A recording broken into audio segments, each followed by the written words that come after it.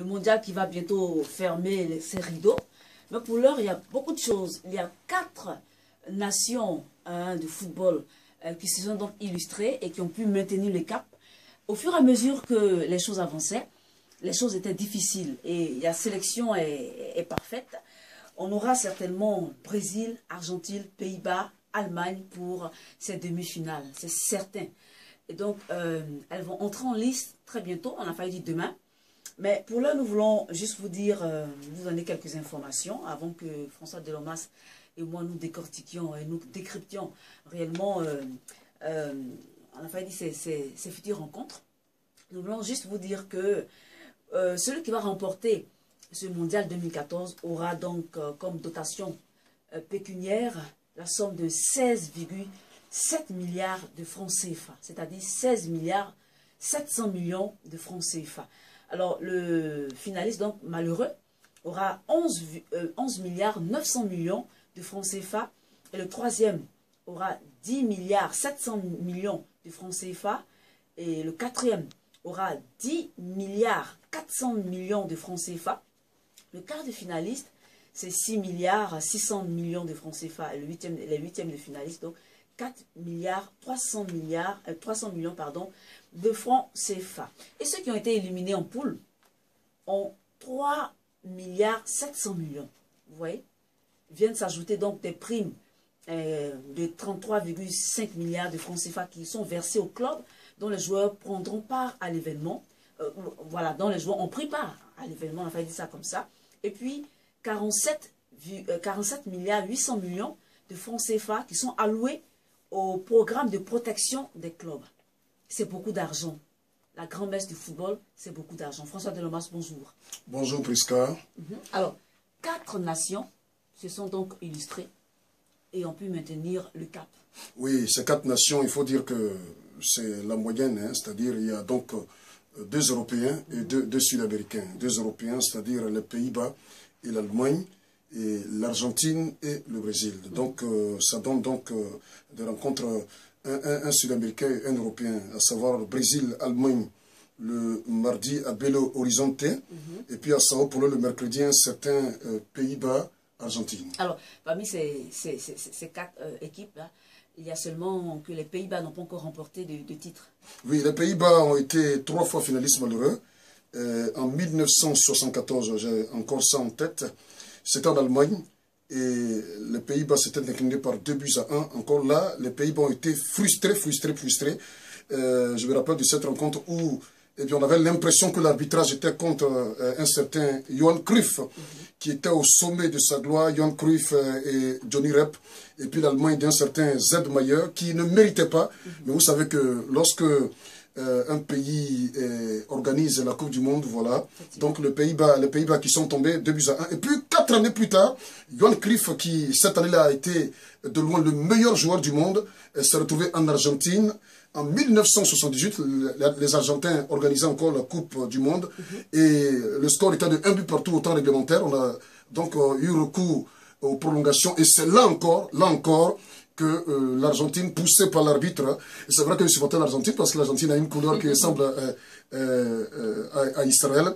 Et ce jour-là, un certain Mario Kempes, qui a survolé partenaire et adversaire, donc 1 but partout à l'issue du temps réglementaire, puis 3-1, lors des prolongations. Donc les Pays-Bas en 74, en 78 ont perdu la finale, et puis en 2010, c'est-à-dire la dernière Coupe du Monde organisée en Afrique du Sud, les Pays-Bas qui vont s'incliner encore devant l'Espagne 1-0. Donc pour voilà, en tout cas les Pays-Bas sont, je pense que cette fois-ci certainement ils ont une revanche à prendre face à l'Argentine. C'est très important.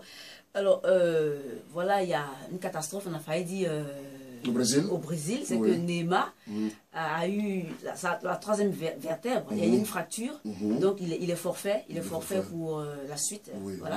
Il y a aussi Thiago Motta, voilà, qui est un défenseur quand même, pour avoir écopé de 2 cartons jaunes, qui ne pourra pas se jouer. Est-ce que le Brésil n'est pas amputé de 2 de ses métronomes? Oui, c'est une très bonne préoccupation parce que jusqu'à présent, le Brésil gagne, mais le Brésil n'a pas encore convaincu. Et puis remarquez, la dernière rencontre face à la Colombie, le Brésil a été vainqueur de la Colombie 2-1. On a vu une équipe brésilienne qui a souffert parce que tout simplement, le métronome Neymar a été neutralisé. Alors, ça va être difficile parce que Neymar est le maître à jouer de cette équipe et Thiago Motta, qui est le capitaine, Thiago Silva, le capitaine qui maîtrise bien la défense. Une défense aussi fébrile brésilienne. Alors, ça va être difficile pour le Brésil. Mais, comme ils ont le 12e homme, c'est-à-dire le public, ils jouent devant leur public, bon, je disais à mon fils que l'Allemagne est l'Africain, les Allemands sont les Africains de l'Europe. Et c'est... Parce que le jeu est viril. Oui, et puis on oublie de le dire, ils ont 3 fois la Coupe du Monde dans les jambes. Donc c'est une formation... je pense que pour l'instant, c'est l'Allemagne qui présente le meilleur football. Et voilà. Ils jouent en fonction de l'adversaire, ils font dormir l'adversaire et puis ils vous planquent un but. Regardez, hein, le seul but qu'ils ont marqué à la 13e minute contre la France, ils ont su protéger le but jusqu'à la fin du temps réglementaire. Ils ont fait un peu le système de l'Italie, le Catenaccio. Voilà. Alors, par rapport au Brésil, hein, on a envie de dire beaucoup de choses encore parce qu'il y a eu un moment, un genre de politique d'intoxication. Ils ont voulu anticiper les choses en se protégeant. Ils ont dit que les choses étaient faites pour les éliminer. Et donc, c'était un peu médiatisé, les gens en parlaient. Je ne sais pas ce qu'ils voulaient faire, si c'était une politique pour corrompre un peu les arbitres ou bien pour apprêter l'esprit des arbitres. Il faut dire que c'est pratiquement la dernière minute que les autorités brésiliennes ont mis les bouchées doubles parce que, je veux dire que sur les critères que la FIFA avait donnés pour qu'un pays organise, le Brésil, à un moment donné, à quelques mois, n'était pas trop prêt. C'est comme si vous avez remarqué, jamais vous ne verrez le roi Pelé au stade. Il a décrié le comité d'organisation et même cette équipe. Et puis, la presse brésilienne qui a chargé le roi Pelé parce qu'il y a un contentieux avec il y a son fils qui a été baigné dans les affaires de drogue. Donc, c'est l'argument qu'on donne. Mais en réalité, Pelé n'est pas content de l'organisation et de Felipe Scolari qui est très arrogant sur les bords. Effectivement. Alors, on va certainement signer cette émission en parlant un peu de l'Argentine. Messi assume son rôle il est petit poussé dans la taille, mais il est quand même grand. Grand parce qu'il a pu faire... il a pu exprimer son génie face à l'Iran. L'Iran, à la dernière minute, Messi a planté un but vraiment et aux grandes dames vraiment des Iraniens. Mais c'était de bonne guerre parce qu'il se retrouve là. Est-ce que l'Argentine mérite d'être là? L'Argentine aussi sera un peu handicapée parce que sur le front de l'attaque, Di Maria.